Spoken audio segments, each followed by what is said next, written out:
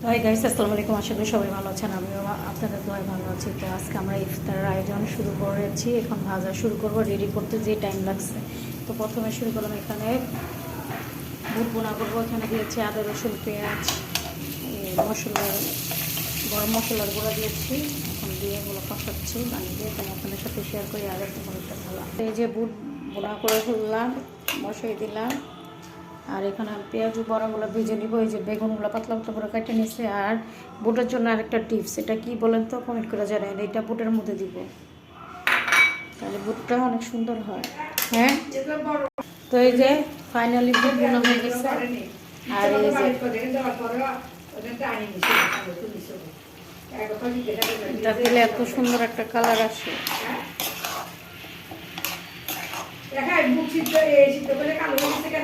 বুটগুলো কালো, বুট সিদ্ধ করে না খালা, বুটগুলো জানছে এই রঙই ছিল না। আমি সিদ্ধ করার সময় হলুদ দিই। আর এই যে আমাদের পেঁয়াজু বানানো ইয়া কি কিরে, এটা দিছিল অনেক পরিচ্ছে কে কিরে,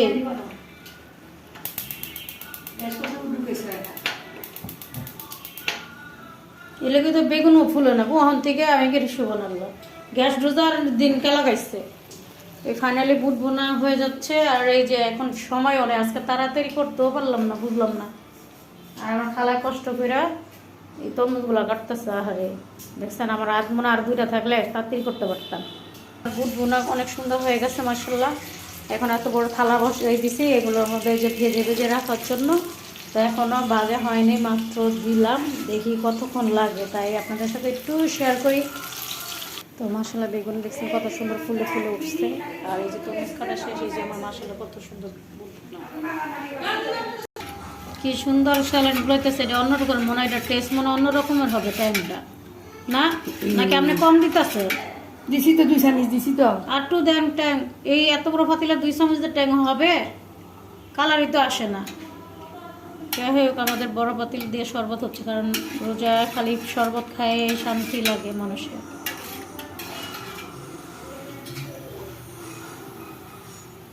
তো এই যে ট্যাং গুলানো শেষ।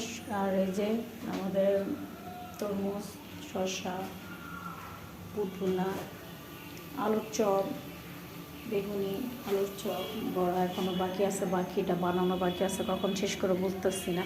তাঁতিরও শেষ হয় না, ভাজা বুড়ো এত টাইম লাগে বলার বাইরে। রান্না শেষ, আলু ভাজি আর ডাল। যাই হোক, এই যে পেঁয়াজু বসাই দিলাম, বেশিক্ষণ টাইম নেই আমাদের।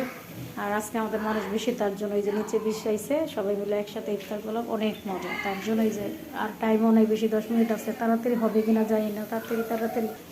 খেজুর তো মাছ এই করে, খেজুর আছে তো এটি গুছাইতে দিয়ে দিই।